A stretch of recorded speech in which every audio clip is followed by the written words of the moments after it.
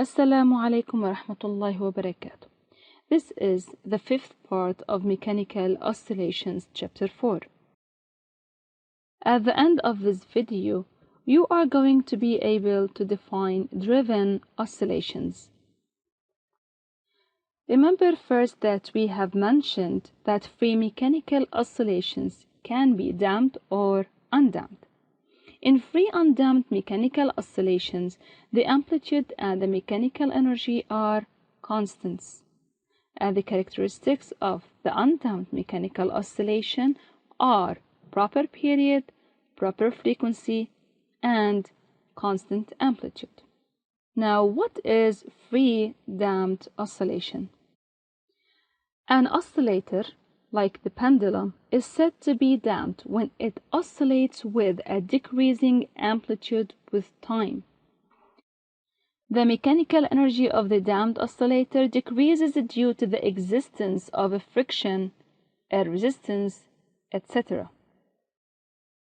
What are the characteristics of this motion? First, it has pseudo period T, where T is greater than the proper period T0.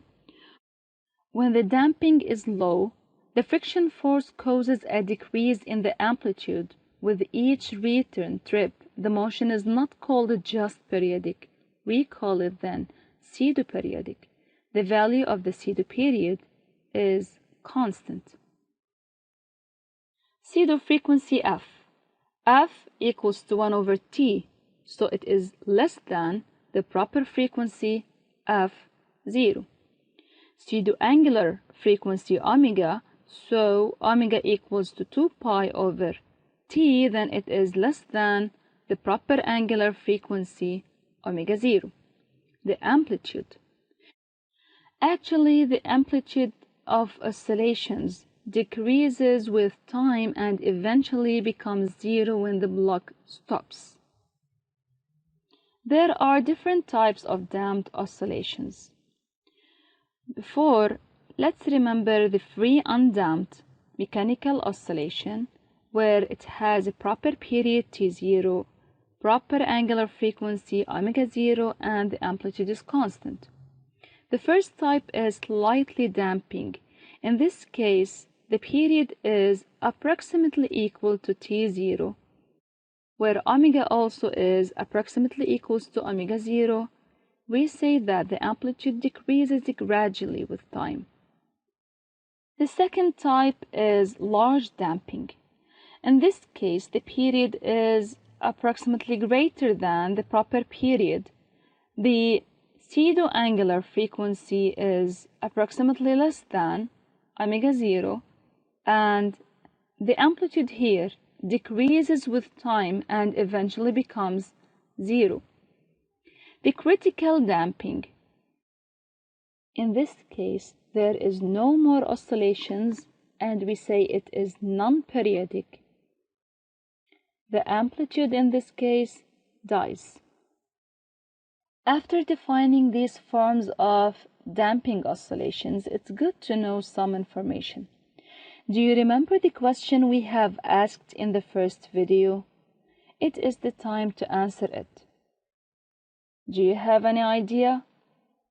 In cars, there are shock absorbers that turn it into a damped harmonic oscillator and keep it from continuing to bounce up and down after every bump or pothole a tire encounters. This makes riders feel more comfortable, of course. Now, of what type of damping should the oscillations of a car's shock absorber be? Is it slightly damping, large damping, or extremely large damping, which is critical? Good. It is the last one, which is the critical damping.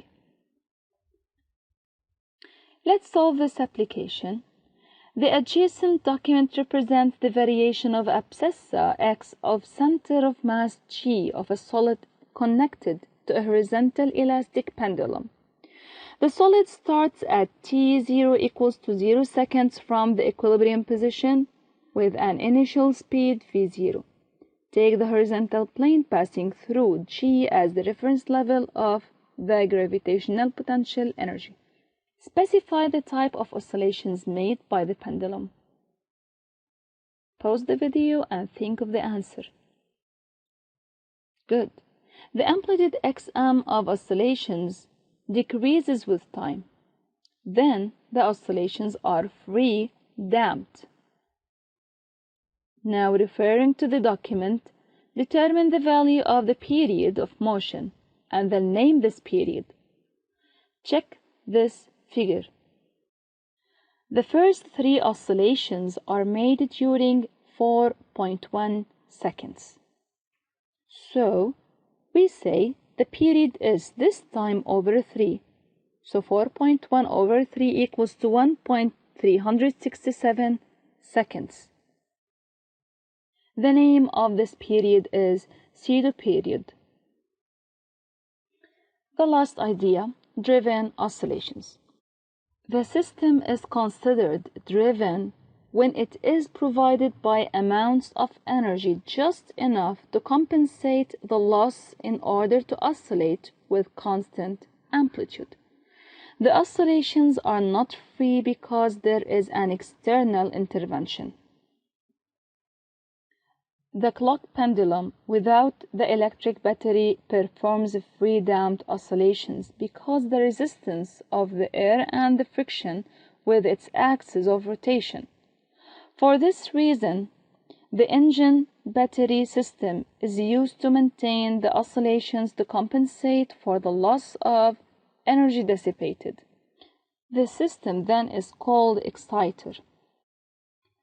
Driven oscillations then are periodic, and they have a period equal to the proper period of the pendulum. Let's solve this application and end with this lesson. The adjacent document represents the variation of the abscissa x of center of mass G of a solid of mass m equals to 100 grams, connected to a horizontal elastic pendulum. The solid starts at t0 equals to 0 seconds from the equilibrium position with an initial speed v0 equals to 0.3 meters per second. Take the horizontal plane passing through G as the reference level of the gravitational potential energy and the pseudo period as 1.37 seconds. The first part. Knowing that the kinetic energy at the moment t equals to 2 periods is 2.74 millijoules, determine the average power of the force required to drive the oscillations between 0 and 2 periods.